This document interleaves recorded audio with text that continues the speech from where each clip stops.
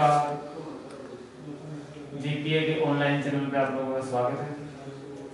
कल पिछले वीडियो में हमने भौतिक विज्ञान कक्षा 12 के स्थिर विद्युत का प्रारंभ किया था और उसमें आवेश संबंध की हमने बातचीत की थी। आवेशों के मानक संज्ञान की बात की और उसके कुछ गुणधर्मों की बात की। शेष गुणधर्मों की हम शुरुआत आज करते हैं।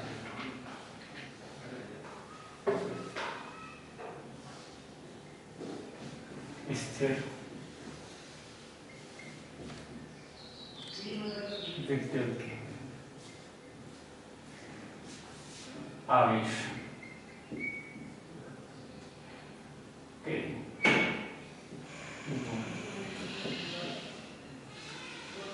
आवेश और आवेश के कुछ गुणों की बातें हमने कर ली थी, जिनमें आपको पता है कि आवेश दो प्रकार के होते हैं, धनायन और ऋणायन।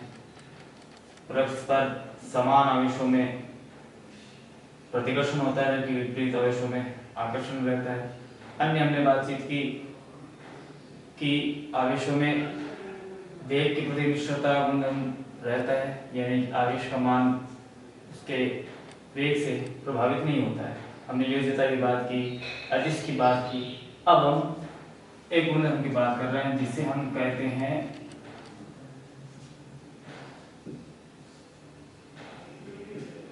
आवेशों का क्वांटीकरण।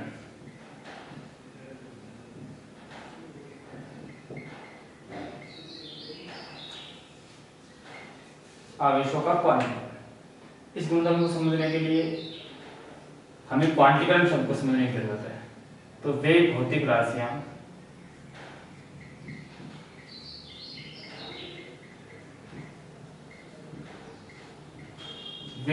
राशियां जिनका परिमाण विविक्त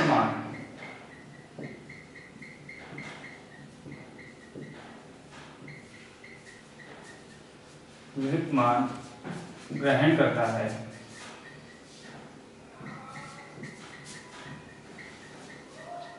क्वांटीकृत राशियां कहलाती है।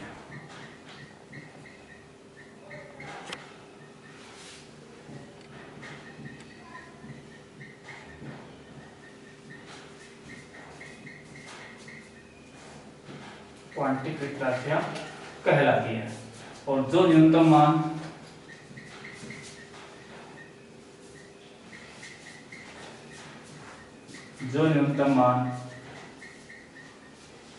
राशि ग्रहण करती है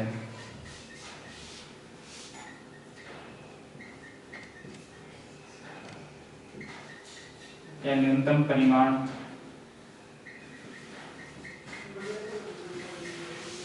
राशि ग्रहण करती है,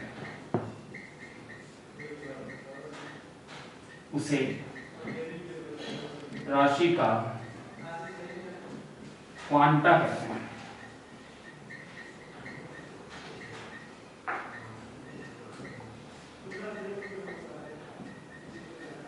तो कोई भी भौतिक राशि है जिसका परिमाण विविक्त मान ग्रहण करता है, हमेशा विविक्त मान, कंटिन्यूअसली वैल्यूज कोई ना पाए, केवल कोई स्टैंडर्ड वैल्यूज ही वो भौतिक राशि ग्रहण करती है, उसे हम विविक्त मान कहते हैं। तो आवेश भी है, वो सभी मान धारण नहीं कर सकता, कुछ विशिष्ट मानों को ही वह ग्रहण करता है। तो आवेश एक क्वांटीकृत राशि है और किसी भी भौतिक राशि का वह न्यूनतम परिमाण जो भौतिक राशि ग्रहण करती है वो उसका क्वांटा कहलाता है। आवेश का क्वांटा, आवेश का क्वांटा। और पाया गया है कि आवेश का न्यूनतम मान जो एक वस्तु से दूसरी वस्तु तक स्थानांतरित किया जा सकता है या आदान प्रदान किया जा सकता है, उसे वो आवेश का क्वांटा कहलाता है और वह मान इलेक्ट्रॉन के आवेश के तुल्य है। इलेक्ट्रॉन का आवेश जिसका मान 1.6 × 10⁻⁻19 कूलम है। इसका संकेत से हम स्मॉल ई से प्रदर्शित करते हैं। यहाँ तो इसका आवेश के क्वांटा के जो संकेत काम करेंगे वो स्मॉल ई काम करेंगे। तो आवेश का क्वांटा, तो कोई भी आवेश है वो 1.6 × 10⁻⁻29 कूलम के गुणकों के रूप में ही स्थानांतरित किया जा सकता है, और इस वैल्यू को आवेश का क्वांटा कहते हैं, इसके गुणकों के रूप में। अर्थात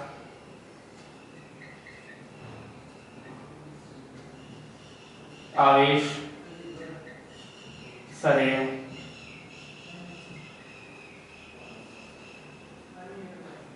Ne के रूप में ही रहता है। किसी भी वस्तु पर जो आवेश है वो हमेशा Ne के रूप में रहता है, जहां पर n है वो पूर्णांक है। किसी भी वस्तु पर जो आवेश है वो हमेशा Ne के रूप में रहता है, जहां पर E आवेश का क्वांटा है और n एक पूर्णांक संख्या है। तो कोई भी भौतिक आपके पास राशि जिसका परिमाण सभी मान धारण न करके कुछ विविध मानों को ग्रहण करता है, उस राशि को हम क्वांटीकृत राशि कहते हैं। और आवेश इसी प्रकार की राशि है जो सभी मान धारण नहीं कर सकती, केवल कुछ विशिष्ट मानों को ग्रहण करती है, और वो विशिष्ट मान होते हैं वो भी इस आवेश के क्वांटा के पूर्णांक के गुणक होते हैं। तो इसके आधार पर हम भी देख सकते हैं कि किसी भी आपके पास कोई भी वस्तु है, उस वस्तु पर आवेश किस प्रकार से लाया जा सकता है। तो देखते हैं, तो आवेश के मान क्वांटा के पूर्ण गुणक होंगे, अर्थात आवेश के संभव मान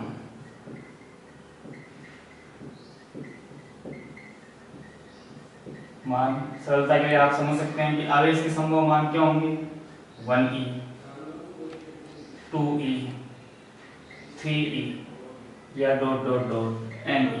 n पूर्णांक क्या होना चाहिए, n पूर्णांक वैल्यू होनी चाहिए, ठीक है ना। तथा असंभव मान, जो असंभव मान है वो जैसे 2.5 इस प्रकार से 1/2 e या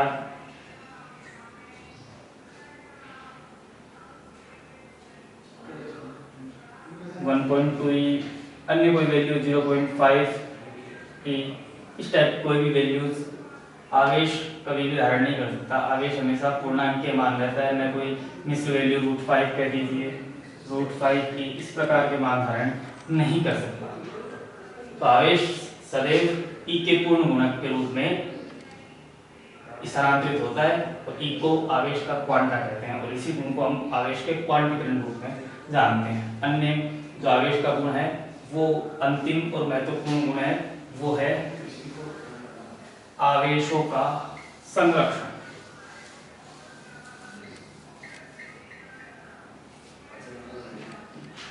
आवेश संरक्षण नियम या गुण, आपको पता है कि प्रकृति में संरक्षण नियम ये बेंजामिन फ्रैंकलिन द्वारा प्रतिपादित है।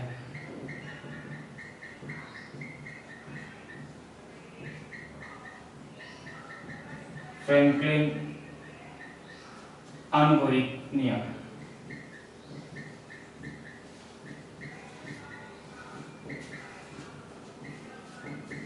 इसका कोई अपवाद भी नहीं है। तो जो आवेश संरक्षण नियम है बेंजामिन फ्रैंकलिन द्वारा स्थापित एक आनुगोरिक नियम, इसके अनुसार समझ सकते हैं कि प्रकृति में न तो आवेश को उत्पन्न किया जा सकता है और न ही आवेश को नष्ट किया जा सकता है। आवेश को केवल एक वस्तु से दूसरी वस्तु तक स्थानांतरित किया जा सकता है। आवेश को न ही उत्पन्न एवं न ही नष्ट किया जा सकता है।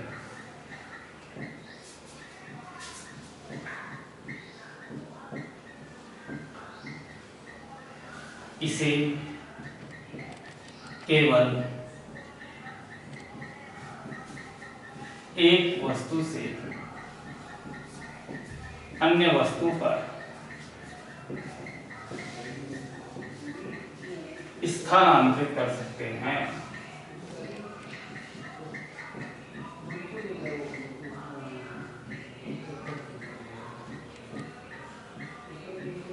आवेश संरक्षण में आप देख रहे हैं कि आवेश को न तो क्या किया जा सकता है, उत्पन्न किया जा सकता है, न ही नष्ट किया जा सकता है। आवेश को केवल क्या कर सकते हैं, हम एक वस्तु से दूसरी वस्तु पर स्थानांतरित कर सकते हैं। आवेश का जो परिमाण है वो हमेशा नियत बना रहता है, केवल उसे एक वस्तु से दूसरी वस्तु तक हम क्या कर सकते हैं, स्थानांतरित किया जा सकता है, न ही उसे उत्पन्न किया जा सकता है, न ही नष्ट किया जा सकता है। जैसे आप घर्षण में भी देखें तो घर्षण में भी क्या है कि जब हम किसी वस्तु को, दो वस्तुओं को परस्पर घर्षित करते हैं तो एक वस्तु से निकलने वाले इलेक्ट्रॉन दूसरी वस्तु पर स्थानांतरित हो जाते हैं, जिससे जिस वस्तु से इलेक्ट्रॉन निकले हैं वहां पर धनावेश और जिस पर इलेक्ट्रॉन स्थापित हुए हैं वहां पर ऋणावेश हो जाएगा। एक अन्य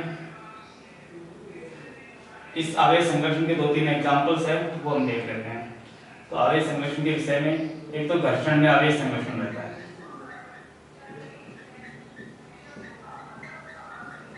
घर्षण में आवेश संरक्षण की अनुपालना।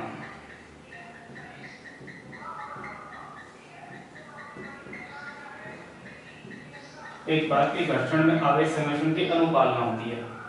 आप देखिए कि कोई भी दो वस्तु है, जैसे मैं कांच और रेशम, इन दोनों को घर्षित करूं तो कांच से इलेक्ट्रॉन निकलकर रेशम के ऊपर क्या हो जाएंगे, स्थानांतरित हो जाएंगे। तो रेशम तो क्या हो जाएगा, ऋणावेशित, जबकि कांच जिसने इलेक्ट्रॉन त्याग दिए वो क्या हो जाएगा, धनावेशित। बस ऐसा ही कार्य मतलब कि कुल आवेश दोनों का जो नेट चार्ज है उनका सम, इसके ऊपर ये 2 कूलम पॉजिटिव आया है तो इसके ऊपर 2 कूलम क्या होगा, नेगेटिव। टोटल जो चार्ज है संरक्षित रहता है, शून्य का शून्य बना रहता है, तो उदासीन अवस्था में बना रहता है। तो घर्षण में क्या होता है, आवेश संरक्षण की अनुपालना होती है। ये हमने देखा। अन्य हम उदाहरण ले सकते हैं आवेश संरक्षण के। तो अन्य उदाहरण में आप लें तो जैसे इलेक्ट्रॉन और उसका एंटी पार्टिकल पॉजिट्रॉन। एक आप लें विद्युत चुंबकीय तरंग,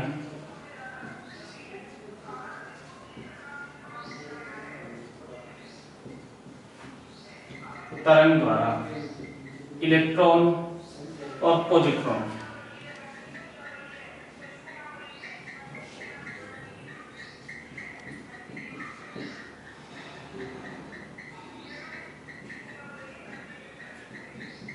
इलेक्ट्रॉन और पॉजिट्रॉन युग्म उत्पादन में भी आवेश संरक्षण की अनुपालना होती है।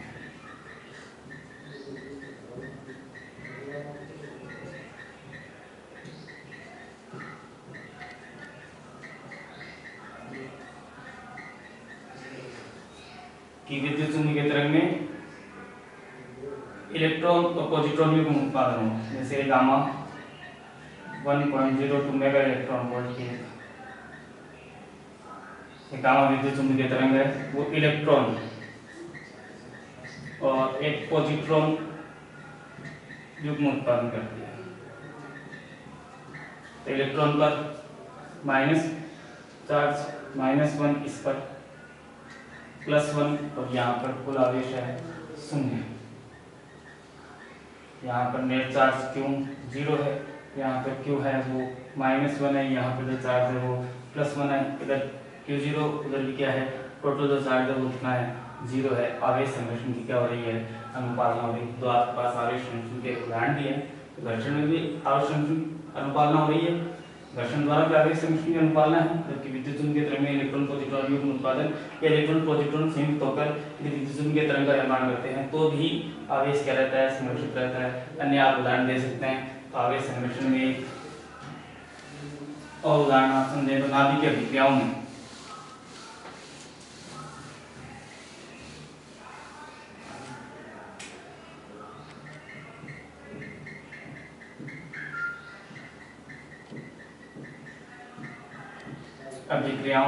में भी आवेश संरक्षण की अनुपालना होती है।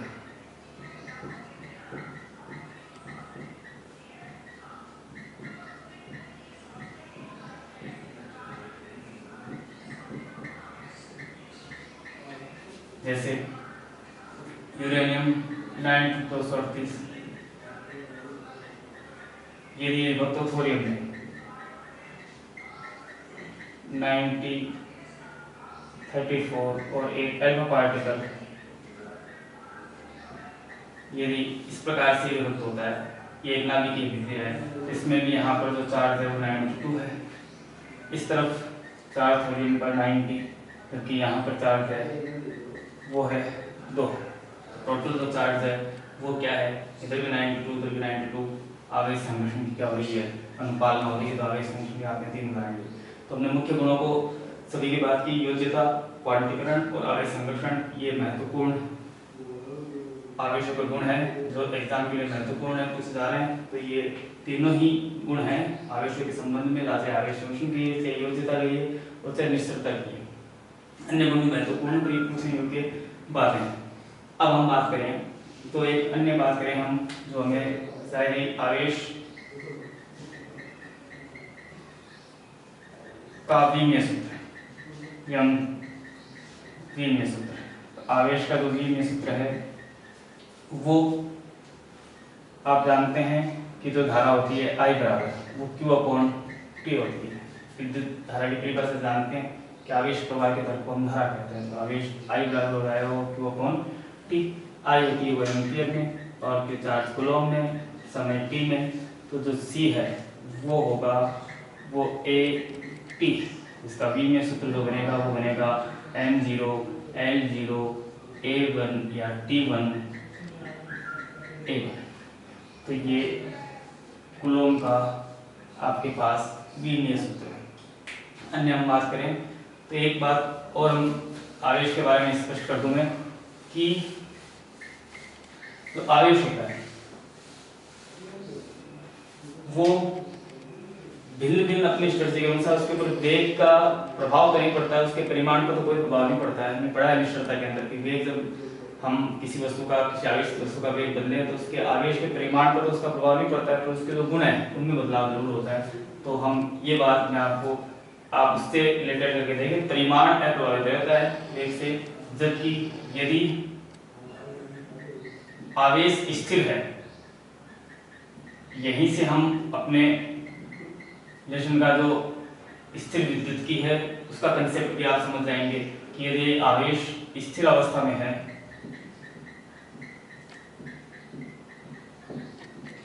तो वह विद्युत क्षेत्र उत्पन्न करता है।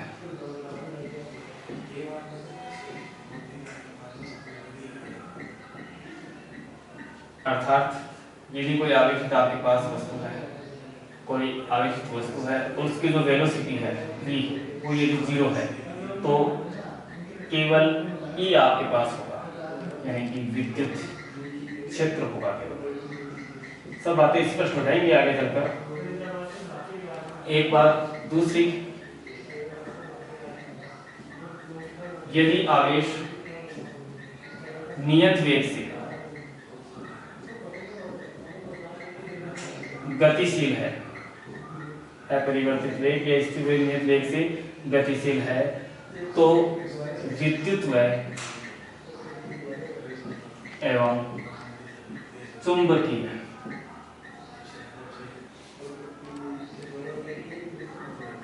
दोनों क्षेत्र उत्पन्न करता है।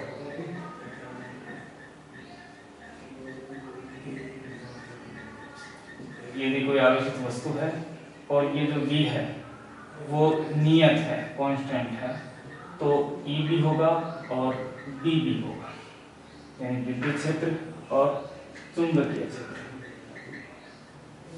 तीसरी बात जो मैं करना चाहता हूं वो ये है कि यदि आवेश को आप असमान वेग से, यदि आवेश असमान वेग से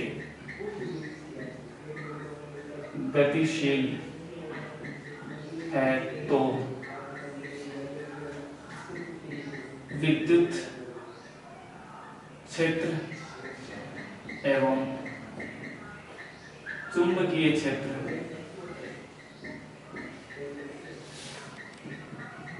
उत्पन्न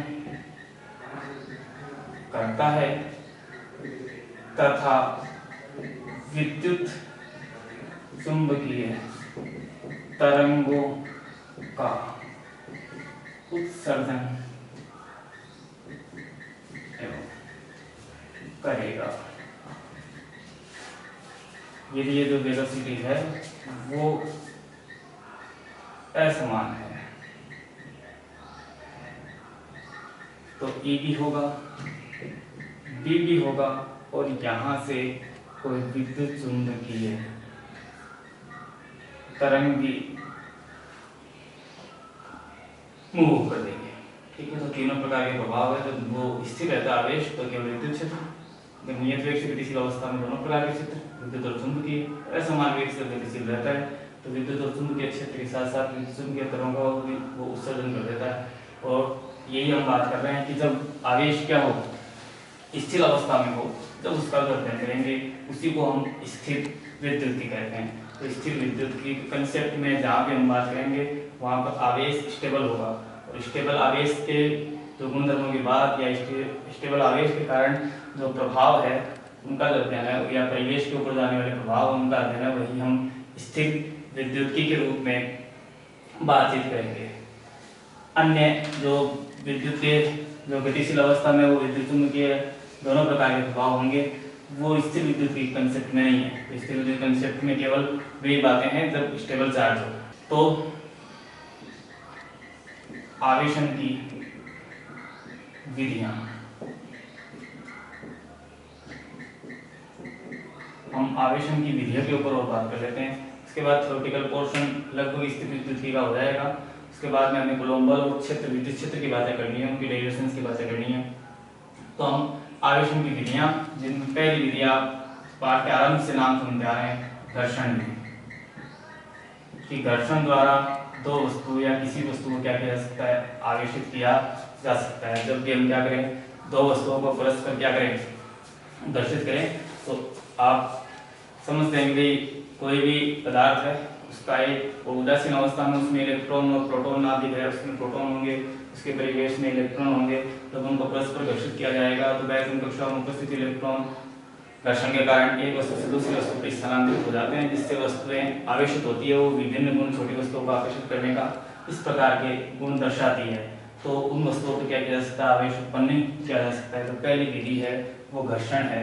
इस घर्षण के अंदर हम ये समझ सकते हैं कि विभिन्न वस्तुओं को हम घर्षित करेंगे तो एक वस्तु आवेशित होगी, दूसरी ऋण आवेशित हो जाएगी, एक धन आवेशित हो जाएगी। कुल चार्ज जब वो आवेश संरक्षण में हमने इसकी बात की थी कि आवेश संरक्षण की भी यहाँ पर क्या होती है, अनुपालना होती है। यहाँ ध्यान रखने वाली बात यह है कि कौन सी वस्तु, जब हम दो वस्तुओं को परस्पर घर्षित करें तो कौन सी वस्तु धनावेशित होगी, कौन सी ऋण आवेशित होगी, ये हमेशा संशय का विषय बना रहता है। तो हम इस विषय में मैं आपको एक क्रम लिखवा देता हूँ वस्तुओं का, उस क्रम के आधार पर आप सरलता से समझ सकते हैं कौन सी वस्तु धनावेशित होगी, कौन सी ऋणावेशित होगी। मैं एक वस्तु क्रम लिख रहा हूँ, जैसे रोआ,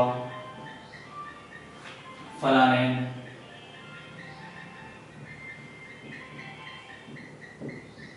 चपड़ा,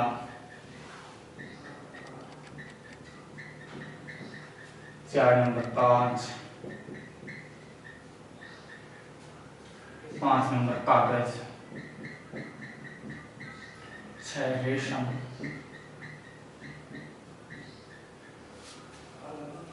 रोआ, फलानेन, चपड़ा, कागज, चपड़ा, मोम, कांच, कागज, रेशम, 8 नंबर है वो मानव शरीर, 9 नंबर लकड़ी, 10 नंबर कोई भी धातु, 11 number rubber, 12 resin, rubber, resin. 13 number amber. 14 number गंधक। और अंतिम है वो है एबोनेट। ये विशिष्ट क्रम है, उनमें कुछ महत्वपूर्ण है। ये फलानेल है, मोम है, कांच है, रेशम है। तो इन सबको जब हम परस्पर घर्षित करते हैं, अभी सारणी का महत्व कैसे समझेंगे आपको देखिए। तो इस सारणी में जो पूर्ववर्ती पदार्थ है, इस सारणी में कोई भी दो पदार्थों को आप घर्षित करें, किन्हीं भी पदार्थों को घर्षित करने पर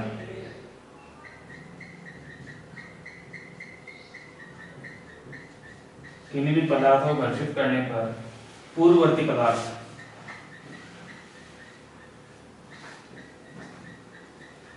धनावेशित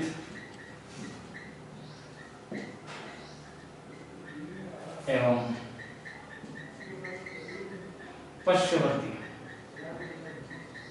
यानी बाद में आने वाला। पूर्ववर्ती का मतलब पहले आने वाला, क्रम में जो पहले आ रहा है वो पूर्ववर्ती, और जो क्रम में बाद में आ रहा है वो पश्चवर्ती है। पश्चवर्ती पदार्थ ऋणावेशित होगा।